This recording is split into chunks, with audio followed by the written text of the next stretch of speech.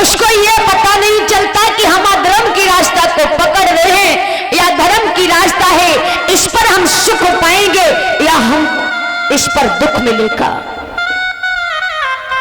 एक सुंदर बहुत बात आती है, परीक्षित महाराज ध्यान से सुनेगी।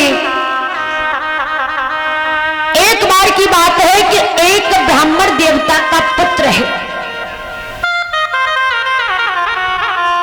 गुरुकुल से जब पढ़ करके आया, अपने घर वापस लौट करके आया, तो उसके पिता ने पूछा कि बेटा बहुत दिनों के बाद तुम गुरुकुल से पढ़ करके आए हो, अब तो तुम पूर्ण ज्ञानी बन चुके होगे, तुम्हें सब कुछ याद हो गया होगा, धर्म और अधर्म की नीतियां भी जानते होंगे। हाँ पिताजी, मैंने जो पढ़ा है वो अच्छा ही पढ़ा है। तो उनके पिता ने एक प्रश्न किया है, कहा कि बेटा आप ये बताओ कि पाप का बाप कौन होता है? पाप का बाप कौन है? लेकिन गुरुकुल से पढ़े हुए व्यक्ति ने इस प्रश्न का उत्तर नहीं दे पाया,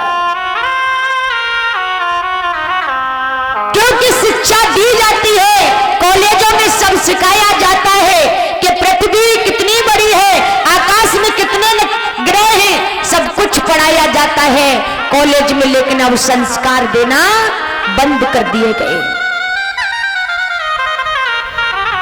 अब तो इतने शब्द नहीं कह पाए, तो उसी समय ब्राह्मण का लड़का सोचने लगा कि मैं जब तक अपने पिता के प्रश्न का उत्तर नहीं खोज लेता, तब तक मैं अपने पिता से आकर के बात नहीं करूंगा। झोली कंधे पर डाली और नगर नगर विद्वान लोगों से पूछने लगा कि पाप का बाप कौन होता है? अरे कोई हमारे बुजुर्ग बताओ, कोई संत बताओ कि पाप का बाप कौन होता है। लेकिन कौन जाने इस चीज को।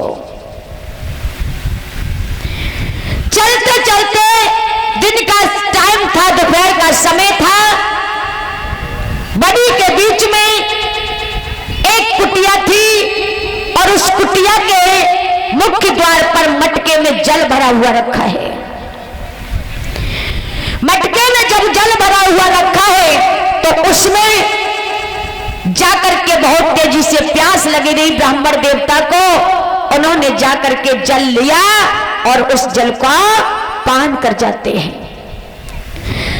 जब जल को पी गए, उस कुटिया से एक वेश्या निकल करके आई, कहने लगी ब्राह्मण देवता ये तो बहुत बड़ा गजब हो गया। क्यों?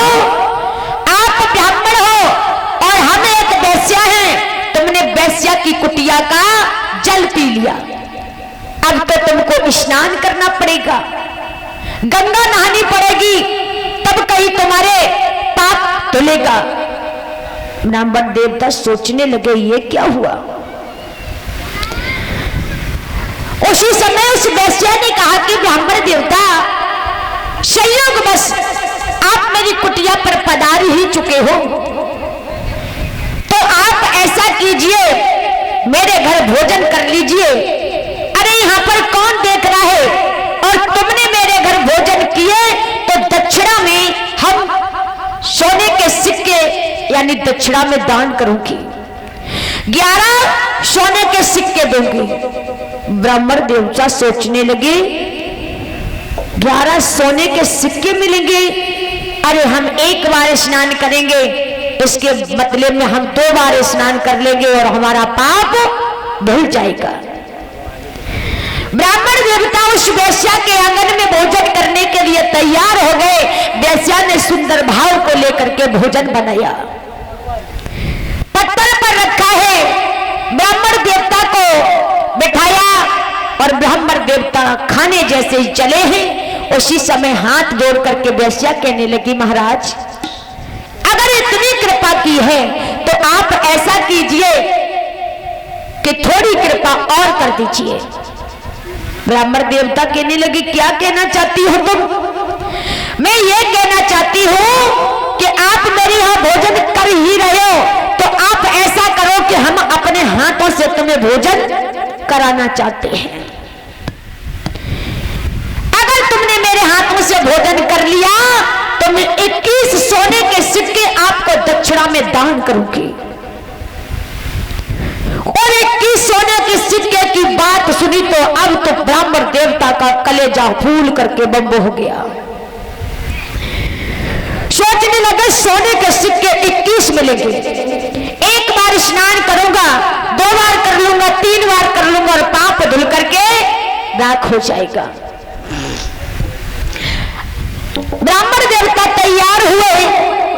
उसी समय मेरी माता बहनों, जैसे ही उस वेश्या ने भोजन का ग्रास हाथ में लिया और ब्राह्मण देवता जैसे ही खाने के लिए चले हैं, उसी समय वेश्या ने भोजन का ग्रास तो पत्तल पर छोड़ा और उठाकर गाल पर एक ऐसा तमाचा लगाया कि ब्राह्मण देवता तिलमिला करके उठ करके खड़े हो गए। कहने लगी है, आज सुबह से शाम तक तुम इस बात का प्रश्न का उत्तर खोज रहे थे कि पाप का बाप कौन होता है, तो जाओ जाकर के अपने पिता से कह देना कि पाप का बाप यानी लोभ ही पाप का बाप होता है। बोलिए गोविंद भगवान की।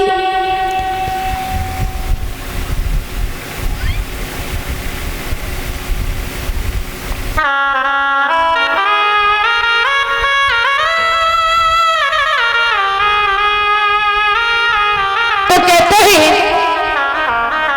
कि लोग काम को तो व्यक्ति मार सकता है, व्यक्ति के ऊपर जब काम आक्रमण करता है तो व्यक्ति काम को मार देगा, लेकिन लोभ को मारना बहुत कठिन होता है।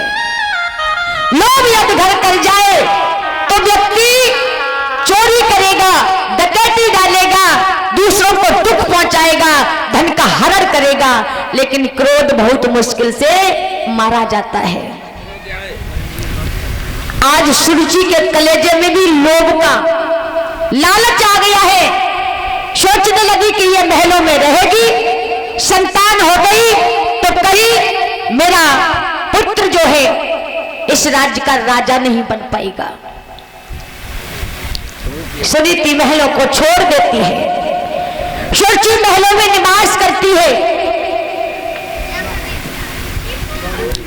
2.5 शेर जो भिजवा देती है सुरुचि, जोर घास की रोटी उसको खाने के लिए व्यवस्था की जाती है। आज सुनीति महलों का त्याग जब करती है,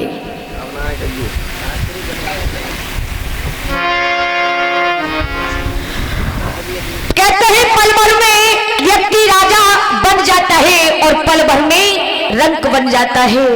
बारी ये समय लोग कह देते हैं, व्यक्ति कोई पूछता है ना क्या कर रहे हो भैया, कह रहे हैं कि भैया कुछ नहीं कर रहे हैं, हम अपना समय काट रहे हैं, कहा करते हैं लोग।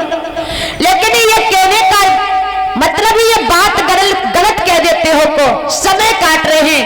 अरे समय काटने की दम तुम में कहां है, समय ही तुमको काटता है। सुनीति जब निकली है तो रास्ते में नारद जी से भेंट हो जाती है।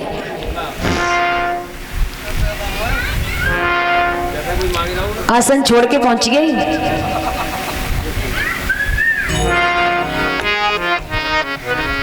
बहुत महंगी पड़ेगी ये कोल्ड ड्रिंक, ध्यान रखियो। अरे जिज्जी के लाई लगत है?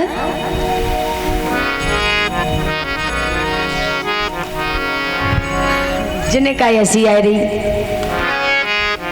परीक्षित महाराज जे का ऐस रही एने जीजी को कोल्ड ड्रिंक मिल गई था वजह से। बोली राशि हरि भगवान की। सत्येनोत्पद्यते धर्मो दायादानेन वर्धते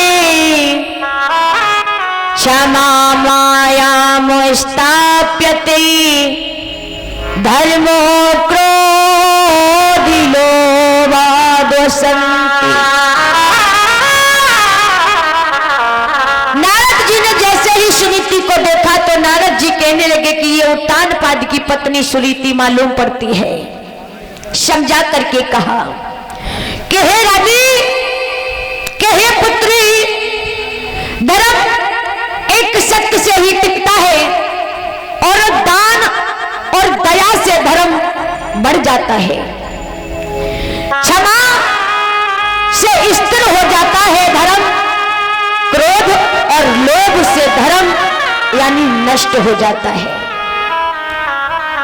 लेकिन किसी भी परित्याग में तू अपने धर्म का परित्याग मत करना। एक दिन वो आएगा कि तेरा जीवन भी हरा भरा हो जाएगा।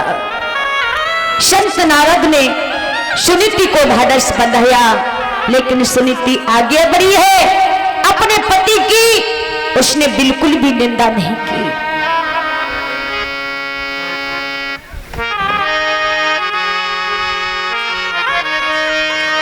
किसी के प्यार की